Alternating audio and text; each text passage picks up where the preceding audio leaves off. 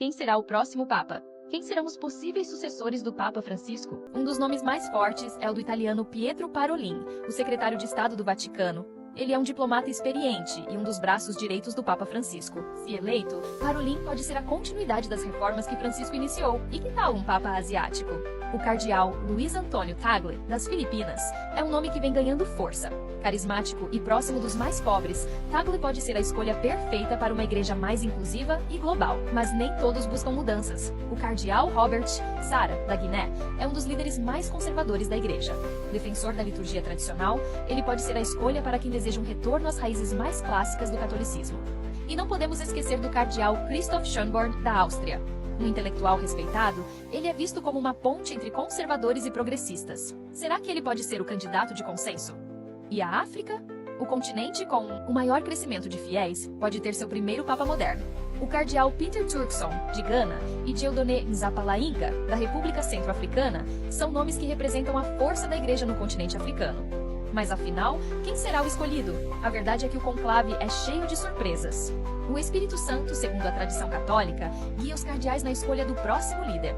E como dizem, quem entra no conclave como papa, sai como cardeal. E você, quem acha que será o próximo papa? Um livro lançado hoje na Europa revelou que o Papa Francisco decidiu simplificar as cerimônias fúnebres dos pontífices, inclusive a dele próprio. Um papa que narra o próprio enterro, Francisco decidiu que o seu corpo não será velado fora do caixão, como prevê a tradição dos funerais papais. O mesmo vale para os que virão depois dele. O de Bento XVI foi o último corpo exposto fora do caixão. Estou revisando o ritual para que os papas sejam velados e enterrados como qualquer filho da igreja, disse Francisco. Fazer 2 velórios era excessivo. Que haja apenas um e com o Papa já no caixão, como em todas as famílias. Não haverá mais cerimônia de fechamento do caixão. Tudo será feito na mesma cerimônia. O Papa Francisco confirma que prefere ser levado à igreja de Santa Maria Maggiore, com a qual tem grande conexão espiritual, e não à Basílica de São Pedro. Será o primeiro a ser sepultado em outro lugar desde Leão XIII, em 1903.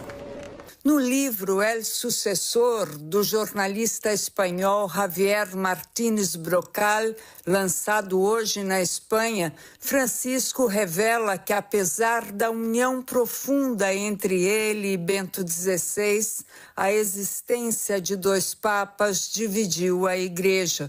Francisco afirma que o secretário particular de Bento XVI, Monsenhor Georg Genswein, mantinha o Papa emérito em isolamento e que o secretário apoiou cardeais ultraconservadores que acusaram Francisco de heresia depois que ele se posicionou a favor das uniões civis entre pessoas do mesmo sexo. Bento XVI deu razão a Francisco. Logo depois da morte do Papa emérito, o seu secretário publicou um livro falando da convivência entre os 2 pontífices. E sobre isso o Papa Francisco comenta: que no dia do funeral tenha sido publicado um livro que fala mal de mim, contando coisas que não são verdadeiras, é muito triste. Lamento que Bento XVI tenha sido usado. Vivi isso como uma falta de nobreza e de humanidade. Francisco revela ainda detalhes do conclave que elegeu Bento XVI em 2005. Conta que impediu que cardeais sabotassem a eleição de Joseph Ratzinger e que depois os 2 decidiram juntos quem deveria ser afastado por vazar documentos secretos do Vaticano. O Papa Francisco fez muitos elogios a Joseph Ratzinger, afirmando que ele foi um progressista durante o Concílio Vaticano II, nos anos 1960, que modernizou os ritos da Igreja. E depois, em 2013, a renúncia significou um gesto muito avançado, disse Francisco.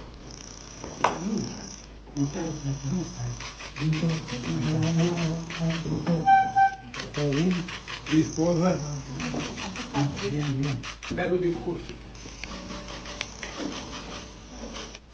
Dificuldade de raça, dificuldade de cheiro, dificuldade na educação, dificuldade na saúde. Eu quero ver se a gente faz uma campanha para tornar o mundo mais humano. E você lo puede hacer. Usted puede hacer. Yo soy una persona no binaria y también soy cristiana.